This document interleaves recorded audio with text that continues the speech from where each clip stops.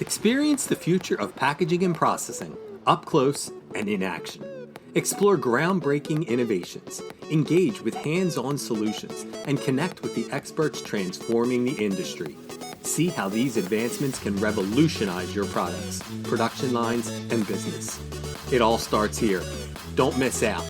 Register today at packexpolasvegas.com/unpackedpod.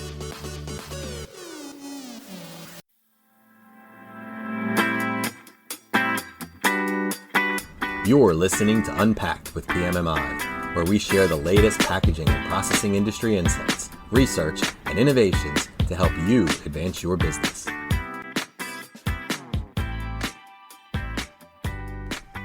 Hi, I'm Sean Riley, and welcome to Unpacked with Packaging World and exploding packaging industry star and editor of Packaging World, Matt Reynolds. You have all read Matt's work in the pages of Packaging World and heard him a couple of times on this very podcast. But in the past year, Matt and the PMMI Media Group team have taken over the internet with videos that bring the written word to life. Every Friday, they drop a new Take 5 news segment that serves as a great takeaway for the week. It's 5 minutes well spent. Go check it out all over the interwebs. For today's pod, we helped Matt prepare for his national public radio debut on Kai Rysdale's Marketplace Business News. Rather than getting into the weeds on trends around packaging at a granular level, Matt and I discuss how the two main forces of change in 2020, COVID-19 and social consciousness, produced a new consumer for 2021. I think you'll enjoy the discussion, and please be sure to check out Matt over on NPR. Matt Reynolds, welcome back to the podcast. Thanks for having me. Pleasure is all mine, as it always is, to have a man of your stature. All right, so basically, what do you want to talk about, Matt? We're always covering trends, and there's a lot of trends that are going on right now, and we're always covering them from the lens of, very close to a specific application, one company, one brand, one pack style. But with all of the change that we've seen happening, we kind of wanted to take a little more of a holistic view of what's going on and why we're seeing all these changes, whether it's, sustainability or pack style or whatever it might be. And it all seems to ratchet up to not really one single trend, but a year, and that's 2020. Obviously you can't mention 2020 without saying COVID-19. That was, the big 1A influencer on consumer behavior. And then 1B, I think not far behind would have been, social responsibility and societal values coming into the fore, and how packaging as a reflection of society at large has to adapt to meet its consumer where its consumer is. So those are two trends that it's not really a causal relationship. It just so happens they both landed in the calamitous year that was 2020 and kind of orbit each other, and both had some effect in changing the behavior and the attitudes of the consumer. And we'll just kind of want to look at how the attitudes changed and how that affects brands upstream, and then from brands to their suppliers, and just the ripple effect that the year 2020 had on consumer packaged goods and food and beverage and packaging. It's an interesting summation and a great way to kind of position this. And I appreciate the well thought out answer. I don't know that I was expecting it to be so clear and concise, but very, very well done. So obviously, it'd be a complete dereliction of my duty as a respected podcaster in the industry to not talk about, COVID. It's impossible not to. It's, hopefully they'll get to a point where we're not talking about it, but unfortunately it's a thing, and it's been a thing for over a year. And the biggest thing from our point of view and for our industry is it blew up the supply chain, and anyone who went into a store could see that. You went down the paper goods aisle and the toilet paper section was empty. So I guess to kind of touch on that for a bit, as we'll use that as kind of our CPG example, like for the people out there listening, why couldn't Kimberly-Clark or whatever company that was, in charge of making toilet paper crank out more TP? Like, what was the big issue? Well, I think we'd gotten too good at producing products in the precise volume and timeliness that, basically we were doing everything just in time. Nobody was keeping any inventory of anything, because inventory can be seen as, waste. You want things moving through the system, not waiting for use. And we got so good at it, and we got so efficient. And by we, I just mean the supply chains in general, going all the way back up to forestry, right on down to Kimberly-Clark, and then as seen by consumers in the retail setting in the toilet paper aisle. But I think going forward, as that taught us a lesson and we're going to see more slack built into the system to be able to withstand these shocks and jolts to the supply chain. I mean, that's I think the 1A lesson that we see coming out of COVID-19 is just a preparedness that we may not have had before. Do you see that beyond borders? For example, is that a reshoring of sourcing of materials? Is that having warehouses? Yeah, it can be. I think it's certainly the closing of the borders was a lesson to begin with. Particularly China, which is such a massive supplier. India, secondarily. But I think just the reliance on single sources in a supply chain that's kind of been disrupted in the sense that you no longer want to have all your eggs in one basket as the sole supplier of fiber or the sole supplier of aluminum or whatever it might be coming from one specific region. That's a regional kind of way of looking at it, but also from companies, different companies that are multinationals. You're not going to be necessarily doing business with the only one single company based on, what if their paper mill has an outbreak of whatever the pandemic du jour might be? Well, then, does that shut you down, or do you have an option B, option C? So it puts a lot more emphasis on SRM or supplier relationship management, because if you want to be the one getting the packaging and materials you need, particularly in a scarcity environment, wouldn't it pay to have a better relationship with your suppliers than your competitors have? Would it pay for you to adopt a position where you aren't just beating up a key strategic supplier on price, but instead are actively engaged with those strategic suppliers and making a relationship aimed at both supplier and customer better? And not all suppliers, but certainly the ones that are, the key strategic suppliers. You, instead of chipping away at price, can you create a situation where you're both prepared for shocks to the system and you're both diversified in, the supplier's supplier and the supplier's supplier's supplier's supplier. So I think those are all lessons learned from the initial shock to the system. And I think that it'll all be implemented going forward. Interesting. So then again, using our example of the toilet paper, I went in the store, I couldn't get it. So naturally you go home and you try to find it online, because now you're picking from, thousands of places. So clearly that had to have I would call it another shock to the supply chain or another shock to the system. How did that play It was out? a shock. I would call it an earthquake to the landscape of the omnichannel. So the omnichannel, think of it like the broadest way of thinking about it would be a three-legged stool where you've got food service and educational and industrial. It would be one of the legs. So hospitality, food service, that sort of thing. Next would be retail, which we all know there was a run on retail. And then I think at least the temporary and probably long-term winner, if you can claim winner out of any of this mess, would be e-commerce and kind of the rate of adoption of e-commerce accelerated.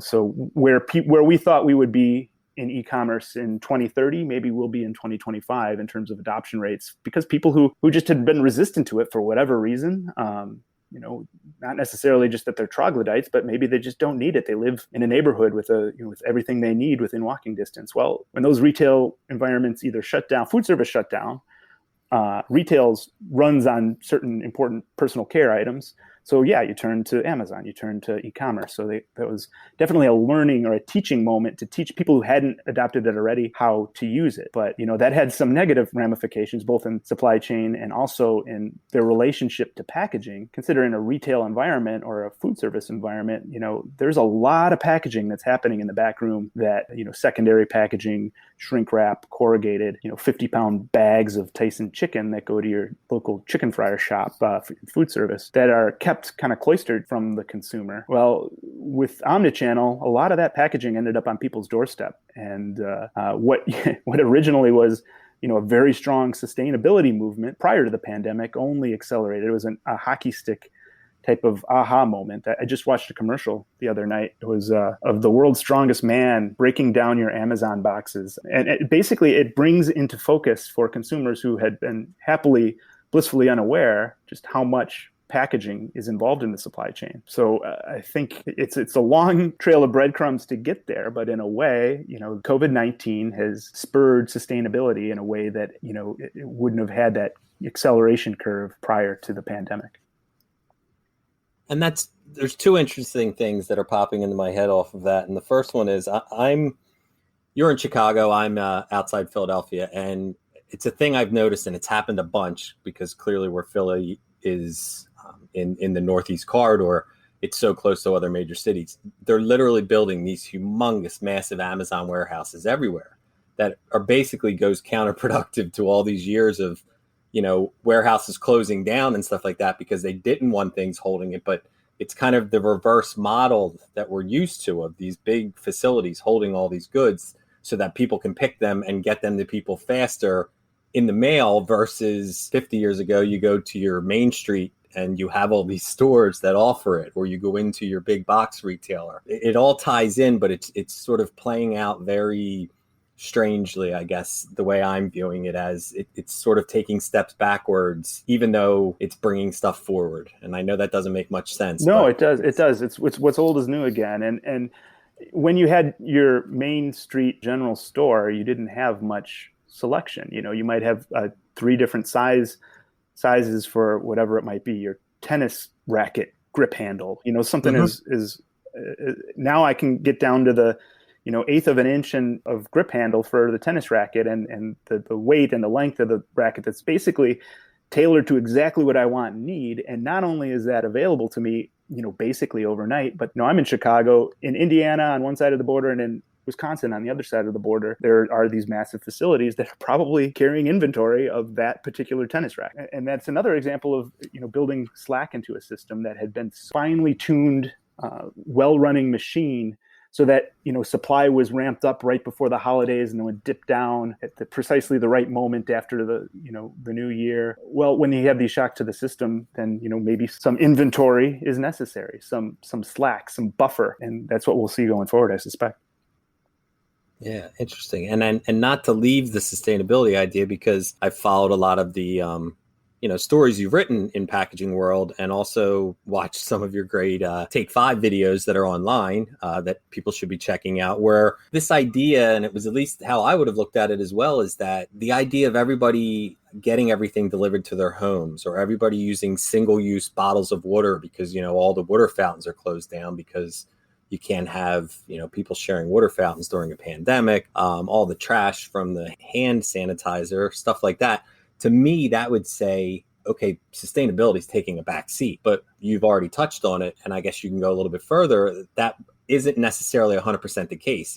It's sustainability is kind of sustainability is ascendant. There's no question about it. And there was a certain, I think it was a temporary, I guess reversion is the wrong word, but people did suddenly see the value of that water bottle or hand sanitizer that nobody else has touched and is their own, and they can dispose of, and you don't have 10 people touching it along the way. But I think for the wider trends are that sustainability really has gotten a shot in the arm from COVID-19. And because of that, people are looking at, and this is rightly or wrongly, this is just the trend, the perception there is that plastics are kind of the villain in this scenario. And we see brands reacting to that in, 2 ways, one of which is moving away from plastics completely. And some brands can get away with it by moving to, say, aluminum. Now, this is going to be reserved for really high margin brands. Aluminum is just more expensive. And there is an argument that could be made that it uses more CO2 to actually produce the aluminum, but then there's so much aluminum that is already within the circular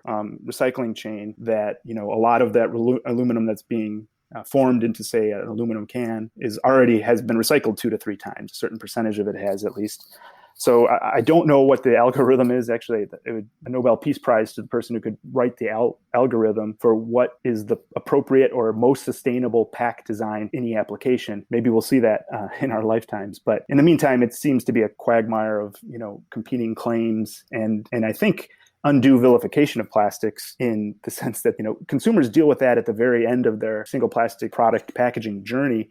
they've protected whatever's inside that package for, all the way up the supply chain to get that to consumers freshly and, safely and lightweight, and with the possibility to 90, and I don't know, 90% is just my term that I'm throwing out. It's not a precise term, but so much of what's used in plastic packaging right now is recyclable. And we just don't have the consumer knowledge or willingness, understanding how to recycle. And it's so fractured out there. Is B, it is fractured. There's no two municipalities that act identically. And, if what's happening in California is different than what's happening in Missouri. And there's no national attitude towards that. Now, I think that's changing. I think the Consumer Brands Association recently came out with a more singular or aligned methodology to address recycling plastics. And I think that's really great. I think PMMI is on board with this as well.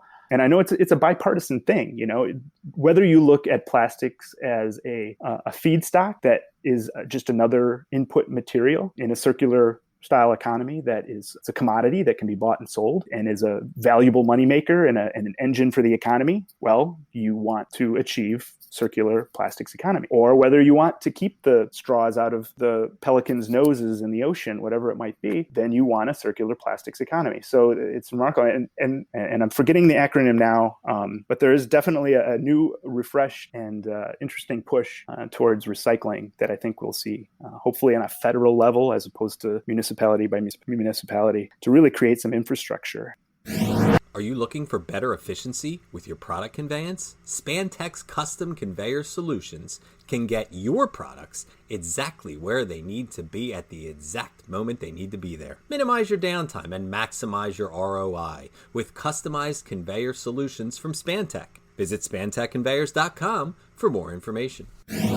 One last note is that we're doing a lot of good work towards a circular plastics economy, but there's a potential silver bullet out there, chemical recycling. And it's not there yet, subject to Moore's law, like a lot of things where, it's expensive and hard to do at this point. But, as the infrastructure rolls out, and this is basically taking plastics or any material, not just plastics, but plastics is, the name of the game here in packaging, down to like its smallest or most singular molecular level, so that you can take even a multi-layer structure, HDPE with an EVOH barrier, whatever it might be, and break those plastics down to, their single units and build them back up to whatever they need to be, and then recycle them again. And again, that's not limited to plastics, but with all the work we're doing towards a circular economy, there is this other looming technology that could solve a whole lot of problems.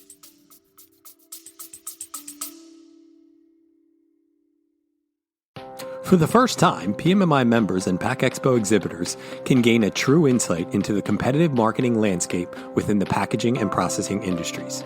See real data from PMMI Media Group campaigns on engagement from validated, verified end users, including the amount of captured leads and even how Pack Expo booth visits align with pre-show marketing. You'll also get a full view of campaign strategies in market across all 12 months for competitors in your product category with variations by channel. This kind of intel has never been available before. Request your custom competitive analysis report now at pmmi.media/CAR. That's pmmi.media/CAR.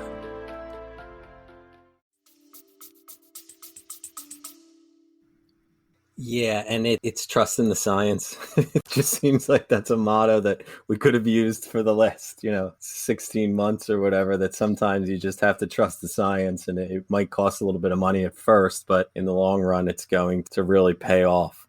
So I guess let's pivot then to, your trend two, which, social justice and social responsibility. They were all over the mainstream news, and rightfully so, since, in my opinion, it's long overdue. And we saw protests around the country for, weeks at a time. And brands kind of had to come home and face the music in a lot of cases. We've seen, the Washington NFL team had to literally change a name that they had for 80 years. That it didn't happen, yesterday, where people thought it was offensive, and it just kept, going on and on and on. So I guess for our industry, how did packaging and brands respond to this call for societal justice and social responsibility? I should use the caveat here that this isn't just like my anecdotal or your anecdotal evidence on how brands responded.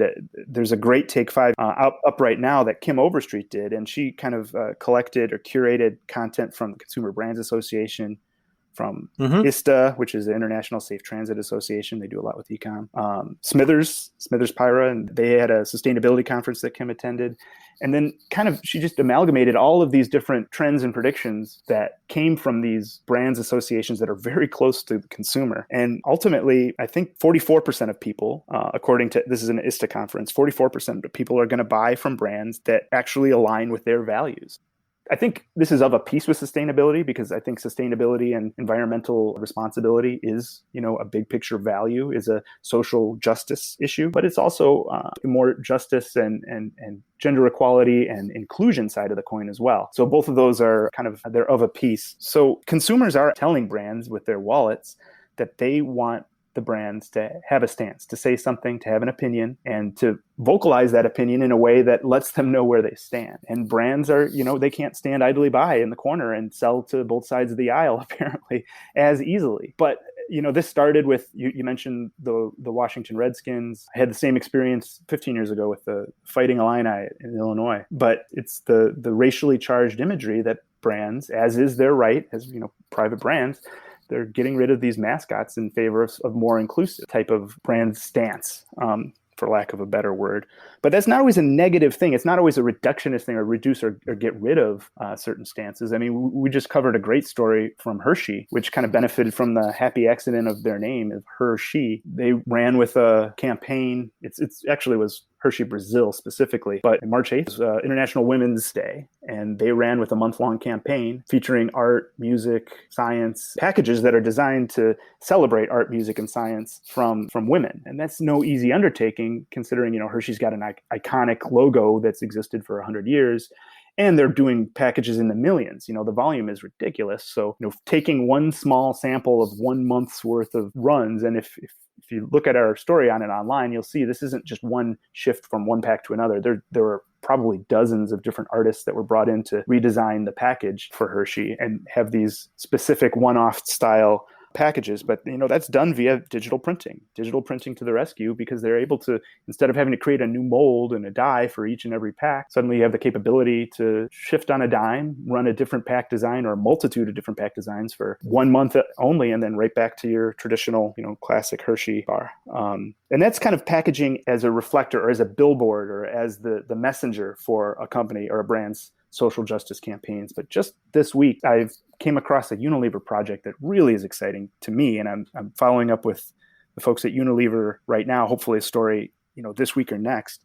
But they are launching, it's their brand Degree, which is a antiperspirant deodorant, but they've got a Degree inclusion pack. So this is aimed at folks with disabilities of the upper arms, upper limbs, where it's difficult to remove the cap and apply deodorant. They might not have the reach capability to go, across their torso. This is a really wide group of people, and of course, it's not limited to one race, gender, sex, or creed. It's a cross section of society as a whole that's affected by this, and I think it's exacerbated by the Special Olympics. We're seeing this, but the new pack is designed to have a magnetic opening device. So it's a pressure or amount of force that's used to open the pack. It also has an integral handle that's, instead of having to wrap your fingers around something to hold it, it has an actual channel in the bottom of the pack that allows multiple different styles of hand or device to be able to pick that up and hold it. It also has integral, like in mold. I don't have the details on this pack yet, but I'm pretty sure it's a molded structure. There's a hook on the top. So let's say for a blind person, it can be hanging in the same place in a shower or in a bathroom, and it's easy to find it because it's hanging up. And then all that is required is pressure coming down to remove the magnetic closure, and then it can be applied. So it's really interesting. Now, a pack like that with all those bells and whistles is going to be expensive, but the idea here is that it becomes a robust package that has refills that's sent to it. So suddenly what started off as let's say a $15, $20, $12, whatever it might be, but then the refills thereafter and much less expensive. And then this pack can exist for longer. So this social justice minded package design is actually sustainable too. So you see, again, both sides of the same coin. And brands like Hershey, they're not just doing this as a virtual signaling or paying lip service to a certain cause.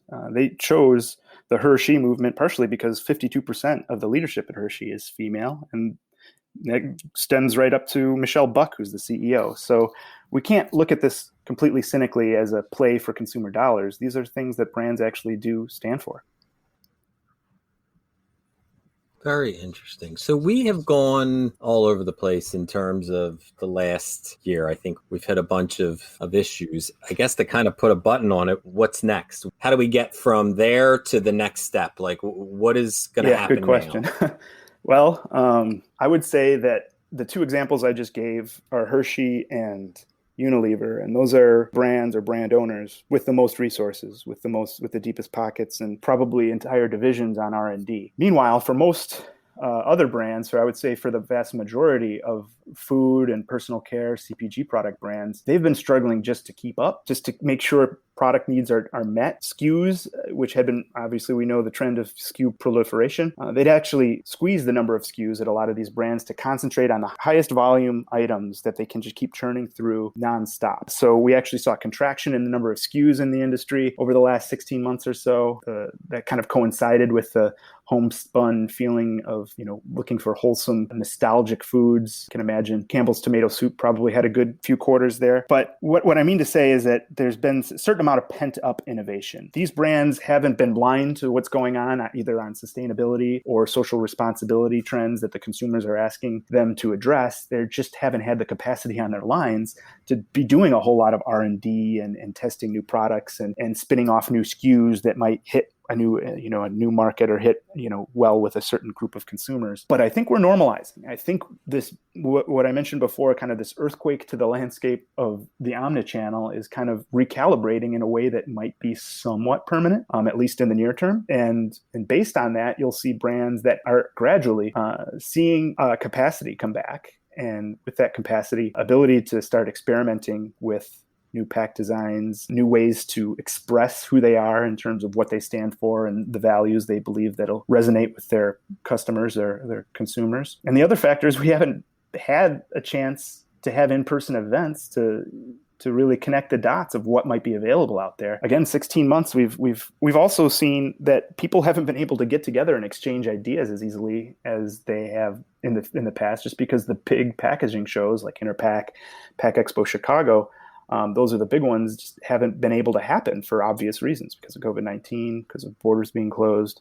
So the free exchange of ideas, while we've done our best via Zoom, the best collaboration tends to happen in person and in areas where you can, get your hands on a machine or, use AR, VR to virtually get your hands on a machine at least. But still, what we're feeling is pent-up innovation. So we have these kind of thought leaders or early adopters in Unilever and Hershey that are showing what's possible and what might be around the next bend. But we also have a lot of pent-up innovation and brands that are just waiting for an opportunity to make the next shift because they have been running like gangbusters for 16 months. And as they gain more capacity, then they'll be able to turn their attention to what they want to look like next, what the next version of that brand is going to be. And I think the first event that we're all going to be at is going to be Pack Expo Las Vegas. I know I'll be there, Sean, and you'll be there. But so that I look forward to that as the first time will I be able to see a lot of these trends that we've been following and been hearing about, but in the flesh and actually in some sort of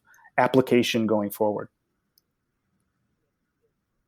Yeah, it's not a good industry. Again, we've tried. You try with video, you try with online, but you need to experience technology in action. Like you need to see it working. You need to see it producing before you're going to be willing to invest, thousands, if not millions of dollars into it. You need to see different versions of packages and feel how they're going to feel when a customer is buying them versus just seeing a picture of it. And it's another thing that I think people started taking for granted with ideas like trade shows, where that is a huge aspect of it, that actual tactile interaction between a person and the product or the machinery that they're going to be working I agree. It's there's an emotional and interpersonal element there that I'm sorry, Zoom just can't connect the way that we can in person. That's all right. Zoom seems to be doing perfectly fine, and I think that they've made plenty of money this year. So I guess on that note, thank you again, Matt. We put a great podcast together for people to listen to that really gives everyone kind of a